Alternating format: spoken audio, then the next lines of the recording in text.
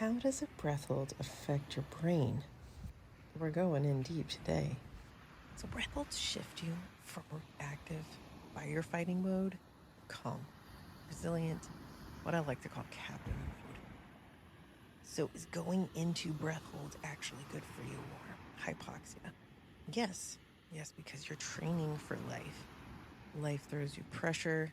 You already have a custom calm built into yourself in the middle of chaos when you practice daily breath holds.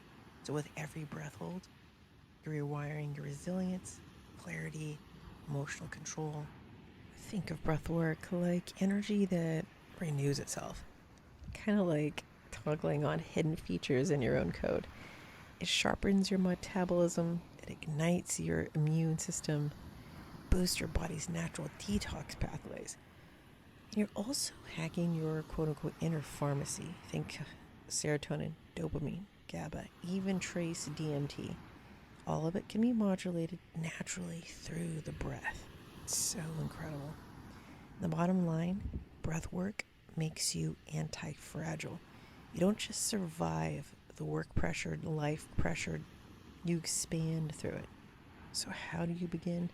I've created a simple daily practice to build calm resilience through breath holds just for you. Now, if you're new to breath holds, go ahead and challenge yourself to hold just a little longer. You'll be surprised at how strong you are. But if you need a breath, go ahead and take it. And I'll be right here to guide you through 2 rounds. We're going to begin with 2 inhales. Hold for 2. Let it go.